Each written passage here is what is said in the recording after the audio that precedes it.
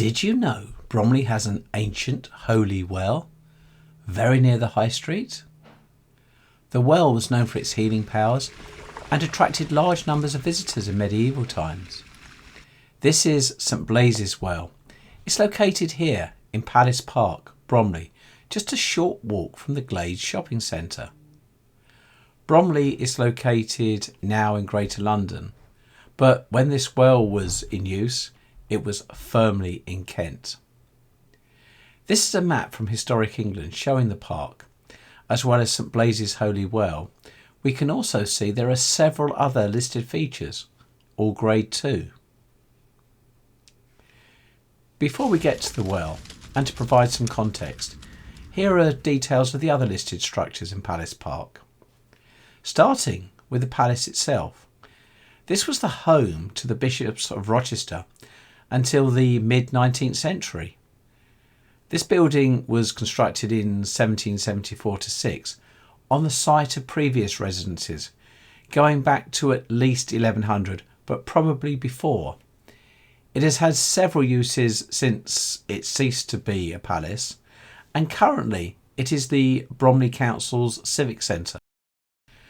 At one of the park entrances is this Norman-looking ruin. It is in fact a 19th century Folly, rumoured to be made out of materials salvaged from when the moat was dredged in 1865. It's certainly a curiosity.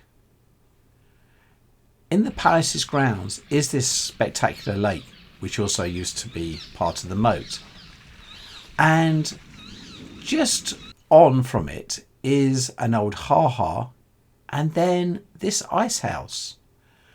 Both are probably 18th century, modified in the 19th century. Next to the ice house is the Pulhamite Waterfall, constructed in 1865 and listed due to its effective use of a once new revolutionary material, Pulhamite, or fake stone. Over 150 years on, it can still pass for stone, and according to its listing, the setting and the stone itself is little altered in that time. Moving up to next to St Blaise's Well is another Pulhamite structure known as the Fernery, also constructed in 1865 and also little altered. Now, this is the well today, St Blaise's Well. Unfortunately, it's covered in green algae. This is a holy well, which is defined as a well or spring that was or is revered by Christians, pagans, or both, with the water often thought to have healing qualities and local legends associated with it, though in this case, unfortunately, I'm not aware of any legends.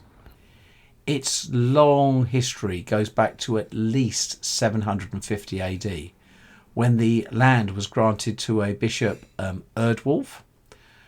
But as with many holy wells, its origins probably go back a long way before then, pre-Christian, pagan times.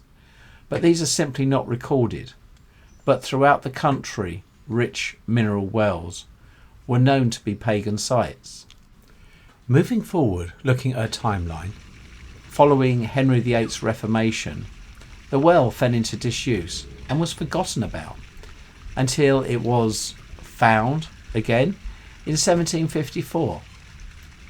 It's a chalybeate well, which means it's rich in minerals and was thought to cure many ailments. It would have been thought of in a similar way to the waters of Bath or Royal Tunbridge Wells.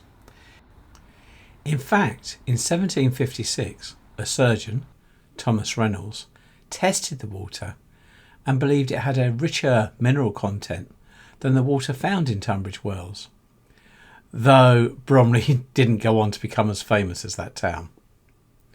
A structure was, however, built over the well, but fell into disrepair and disappeared a long time ago now. St Blaise was patron saint of wool combers, and this part of Kent was heavily dependent on the wool trade, so the connection with this saint does make sense. The Palace Park is an interesting place to visit, and has a lot more in it than most local parks.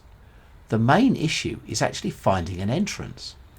It is open access land, but it's not exactly clear that it is a public park. It is in effect behind the council offices or civic centre.